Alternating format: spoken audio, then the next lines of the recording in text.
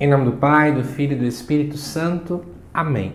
Amados irmãos e irmãs, é com muita alegria que nós estamos aqui para juntos estudar e meditar a primeira leitura que a Igreja nos apresenta para esta terça-feira da 11ª semana do Tempo Comum. Eu peço desculpas a vocês porque não consegui lançar os vídeos da segunda. É porque eu estou com pequena inflamação na garganta e estava bem complicado de poder gravar no domingo à noite e na segunda manhã e tarde. Então, desculpas a vocês, tá bom? Mas o texto dessa terça-feira ele se encontra lá no primeiro livro dos Reis, capítulo 21, e nos diz assim: Após a morte de Nabote, a palavra do Senhor foi dirigida a Elias, o tesbita, nesses termos: Levanta-te e desce ao encontro de Acabe, rei de Israel que reina em Samaria. Ele está na vinha de Nabote, aonde desceu para dela tomar posse. Isto lhes dirás: Assim fala o Senhor: Tu mataste e ainda por cima roubas, e acrescentarás: Assim fala o Senhor: No mesmo lugar em que os cães lamberam o sangue de Nabote, lamberão também o teu. Acabe disse a Elias: Afinal encontraste-me, ó meu inimigo? Elias respondeu: Sim, eu te encontrei, porque te vendeste para fazer o que desagrada ao Senhor.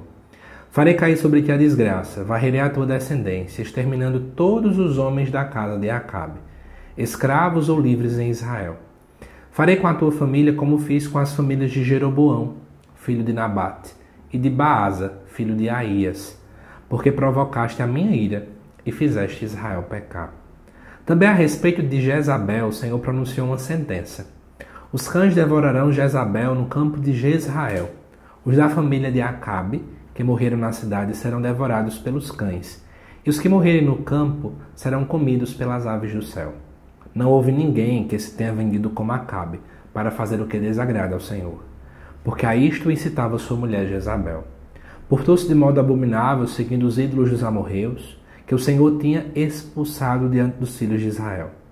Quando Acabe ouviu estas palavras, rasgou as vestes, pôs um cilício sobre a pele e jejuou.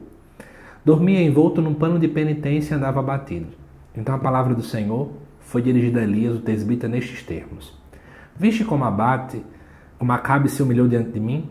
Já que ele assim procedeu, não o castigarei durante a sua vida, mas nos dias de seu filho enviarei a desgraça sobre a sua família. Amados irmãos e irmãs, é o seguinte: na segunda-feira eu não consegui gravar o vídeo, como eu falei, mas eu vou explicar para vocês então o contexto que teve na segunda, que era o texto anterior a isso aqui. Nós estávamos diante da seguinte realidade, né?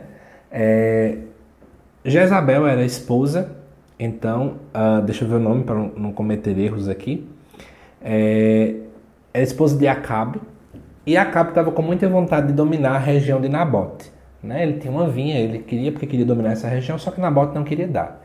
E Jezabel vai e faz todo um esquema, né? Pela ganância, pela corrupção, pela cobiça, por todo esse desejo, ela acaba fazendo com que, no final das contas, Nabote pudesse morrer, para que ele pudesse dominar aquela região. Nabote, de fato, morre, então Acabe vai e domina aquela região, e Deus, então, coloca no coração de Elias que ele tem que ir lá resolver essa situação. Resolver em que sentido? Mostrar que Deus não é condizente com injustiças.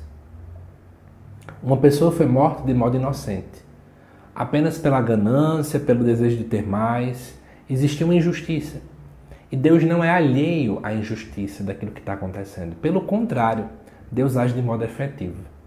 Então a gente pode perceber que enquanto na segunda-feira o foco estava na ganância, nessa corrupção e tudo isso, agora nós estamos vendo a ação de Deus.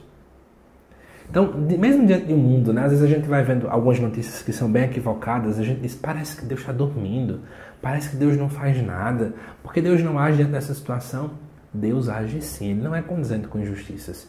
Uma hora ou outra vai acontecer isso. Agora é interessante perceber que no final do texto, a gente percebe que Acabe se humilha, né? Acabe vai fazer jejum, Acabe vai pôr cilício sobre sua pele, Acabe vai rasgar as vestes. Tudo isso aqui são estratégias de quem realmente está arrependido, e Deus vê o arrependimento de Acabe. Então aqui também é interessante perceber, Deus, ele observa o arrependimento do coração do homem. Deus sempre olha aquilo que a gente está passando. Deus sempre vê aquilo que a gente realmente está passando. Ele observa a nossa humilhação, a nossa entrega, o nosso arrependimento. Deus não é alheio a isso. Por que eu estou colocando essa pontuação nisso aqui? Para a gente poder perceber. Por maior que seja a maldade que a gente tenha já cometido, Deus sempre, sempre, sempre, sempre, Ele vai olhar o arrependimento sincero do ser humano. Isso é importante.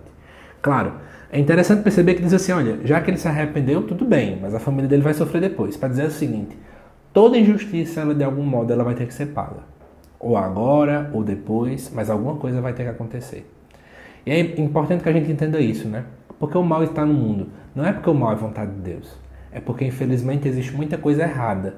E todas as escolhas erradas, os passos errados que nós damos também tem uma consequência.